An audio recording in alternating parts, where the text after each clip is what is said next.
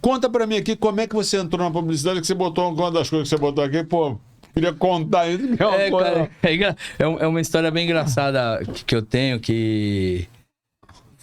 administrador formado, né? E uma coisa que eu sempre soube é que eu queria ter a minha empresa. Então, eu sempre fui louco por isso.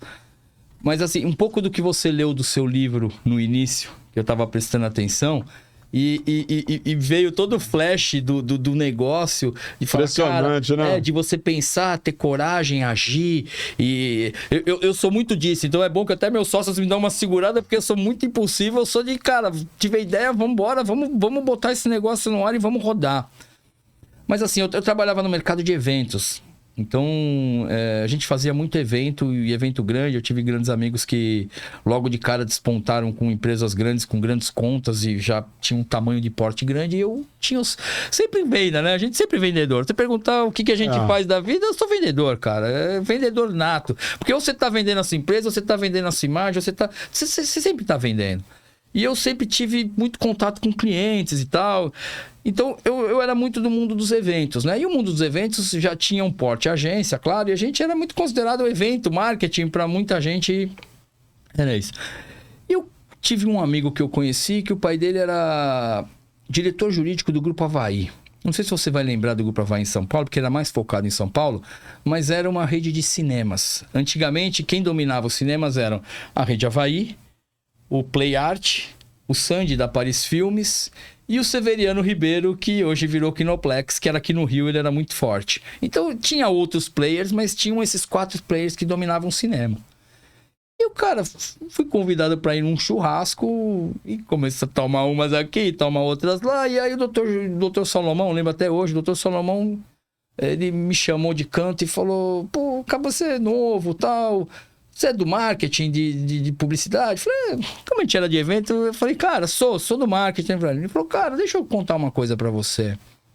Eu tenho 260 salas de cinemas, eles dominavam, eles tinham Shopping Paulista, West Plaza, Plaza Sul, Center Norte, Lar Center, Campinas, o Galeria, cara, eles tinham shopping, eles tinham cinema pra caramba, 260 salas de cinema. Ele falou, porra, mas não tô muito contente com a minha equipe. Eu tenho um diretor, um gerente, 8 executivos, mas não sei o quê. Bom, resumindo, sei lá, eu não lembro exatamente qual era o número na época, mas ele falou, cara, a equipe me custa 200 e me fatura 250. Eu tenho a impressão de que não vale a pena eu manter essa equipe para vender publicidade. Meu negócio é vender ingresso, eu não entendo nada disso. Pô, você que é do marketing. E assim, a Jota, eu não sabia o que era uma API. Eu nunca tinha entrado numa agência de publicidade. Meu mundo era mundo dos eventos. Ele entendia que aquele marketing era coisa... Mas eu falei pra ele, olha, eu acho que o negócio tá ruim mesmo. Eu falei, cara, eu acho que eu consigo levantar esse negócio, eu tenho uma proposta a te fazer. Falei pra ele, manda embora toda a sua equipe, me contrata, eu vou montar a equipe, eu vou faturar mais do que esses caras faturam e vou te tirar todo o custo e você me dá um percentual de rentabilidade. Ele falou, não, peraí, deixa eu entender. Você falando que você vai me tirar todo esse passivo daqui do meu, vai faturar mais do que fatura hoje e eu vou te dar uma comissão... E tá bom, e churrasco, e tomando, e ele falou, cara, eu gostei dessa ideia, vamos conversar, mas aquele negócio, papo de churrasco, foi que foi, era um sábado, e passou batido, e fomos. Na segunda-feira, 9 horas da manhã, toca meu telefone, era o doutor Salomão. Rubens, aquilo que você me propôs está de pé? Na hora da segunda-feira ali, naquela chacoalhada, e eu falei, doutor Salomão, aí tem que ser homem, né? Eu falei, tá de pé. Ele falou, então você tem uma reunião hoje às 3 da tarde para apresentar para o presidente do grupo, porque ele gostou da ideia. Você pode vir? Eu falei, porra, posso vir. A hora que ele desligou o telefone, daquele branco. Fala, cara, e agora? Cara, fui lá. Isso tu tinha quantos anos? Eu tinha 21, 22 anos. Tinha 22 anos. Atrevido, hein? Cara, totalmente atrevido, porque eu não conhecia nada daquilo. Mas aí o que aconteceu? Eu cheguei lá, apresentei... 15 dias os caras tinham mandado embora inteira a equipe e assinado comigo um contrato de exclusividade. Porra, eu literalmente falei, e agora? O que eu faço? Só que aí vem o mundo do network, que eu acho que se eu posso dar um conselho para as pessoas que estão ouvindo a gente e ao longo da sua trajetória de estudo, da vida e etc. O network é primordial para tudo. Então o que eu, cara, comecei a fazer? Falei, cara, agora eu vendi essa ideia e agora eu tenho que realizar. Então, assim, óbvio que a gente já tinha, dentro da agência de eventos, eu já tinha uma estrutura de criação, de departamento, já fazia. Então, o que eu fiz? Falei, cara, vamos arrumar casa para eu poder ir pro mercado vender. Então, o que a gente começou? Comecei a mudar o site dos caras, começamos a mudar toda a linha criativa, criei um baita de uma apresentação de projeto. Só que nesse meio termo, o que eu fazia? Eu ligava para todo mundo. Saía ligando. Até a hora que eu cheguei num amigo, que é o Rodrigo. Um abraço, o Rodrigueiro, ele sabe disso, que foi divisor de águas na minha carreira. Ele trabalhava na Philip Morris. A Philip Morris, na época, fazia os anúncios ainda do cavalo andando na montanha. Já tinha uma certa regularização, mas no cinema ainda, se tivesse ponto de venda na Bomboniera, venda de cigarro, ele poderia fazer a campanha na época. E eu conversei com ele, ele falou, cara, pô, tem uma agência aqui que é a Léo Burnet, que atende a gente, eu te abro uma reunião lá. Ele me abriu uma reunião na Léo Burnet, falei com o cara falou, pode ser, não tenho tanta verba pra cinema assim, mas vamos pensar e tal. E comecei a perguntar pra um, pra outro. Até que esse mesmo Rodrigueira, depois de uma semana, me ligou e falou, cara, eu tenho um cara que pode resolver sua vida. É um amigo meu, estudou comigo na faculdade, eu vou te abrir. E aí ele me abriu uma reunião, era o Renato, que hoje é meu sócio há 22 anos. O Renato, na época, era comprador de mídia exterior da Unilever. Quando tinha, né? Ainda tem o central de mídia da Unilever. Ele cuidava do Out of Home lá dentro. E eu, cara, comecei a mostrar pra ele o que eu tinha. Ele olhou pra mim e falou, cara, não acredito que você tem isso. Eu falei, eu tenho 260 salas de cinema que eu tenho um contrato de exclusividade e que eu preciso mandar mídia. Ele falou, cara, esse negócio é muito bom. Cinema é muito bom. Eu comecei por cinema. Ele falou, eu vou te ajudar. Ele falou, cara, eu vou te ajudar, você é amigo do Rodrigueira, e vambora. E a gente ele começou ajudando a abrir portas, e dali na frente um pouco ele saiu da Unilever e acabou virando meu sócio na agência. Então assim, cara, a ousadia, vamos dizer assim, um pouco a coragem de você ir lá e chamar um negócio para você, e depois de fato ir atrás, a responsabilidade de você entregar o que você comprometeu. E a Jota, em 6 meses, a gente tava faturando o dobro do que os caras faturavam. Eu tava fazendo... A gente veio com a pegada... Que eu vim com um pouco da pegada do que eu tinha. Então, eu comecei a ganhar um pouco de confiança do Grupo Avaí na época. E começamos a entender. Eu falei, cara, mas eu posso além do... Porque eles tinham na cabeça, assim, eu vendia o comercial de 30 segundos, né? De 30 segundos antes do filme. E ação de sampling na porta do cinema. Era isso. E naquela época ainda não tinham chegado a Cinemark, ao CA, elas estavam entrando, esses grandões ainda estavam entrando.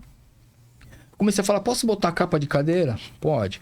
Posso botar um painel no fundo? Posso. Posso adesivar o carrinho de pipoca? Posso. Posso botar um loginho aqui no uniforme dos caras? Ele me chamou uma hora e falou, Romão, deixa eu te explicar uma coisa.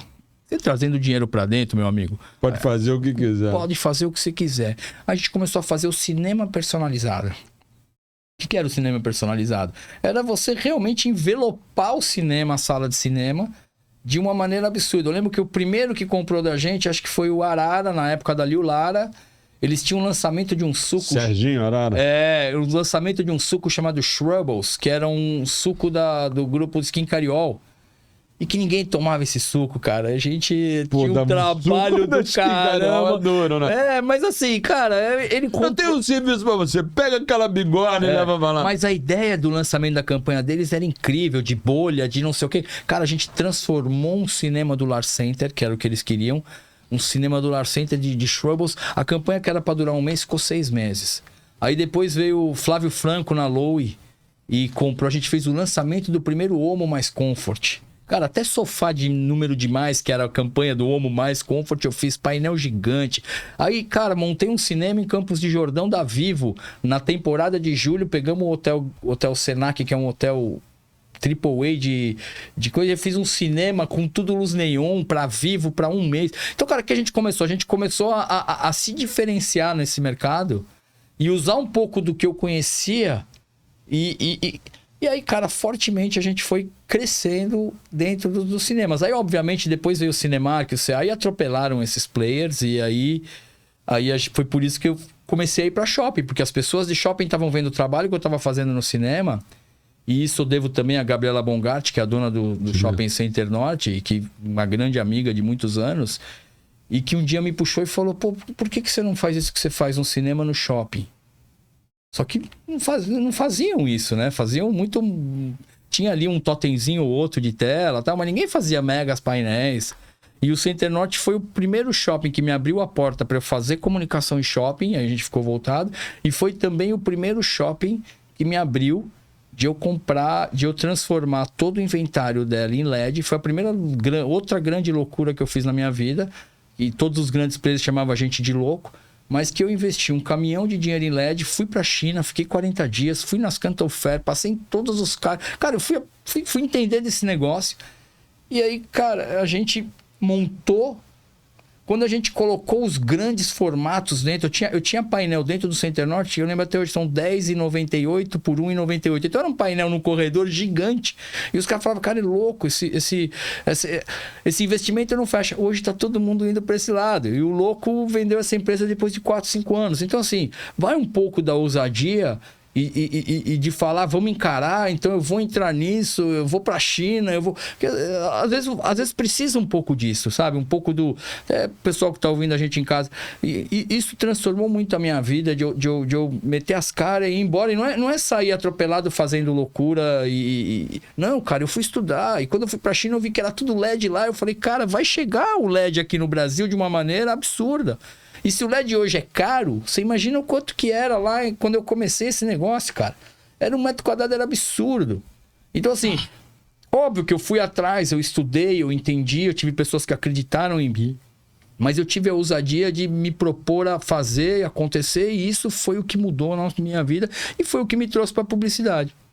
Então, cara, um administrador que trabalhava especificamente vendendo grandes eventos, caiu para o mundo da publicidade que me trouxe até hoje onde eu tô.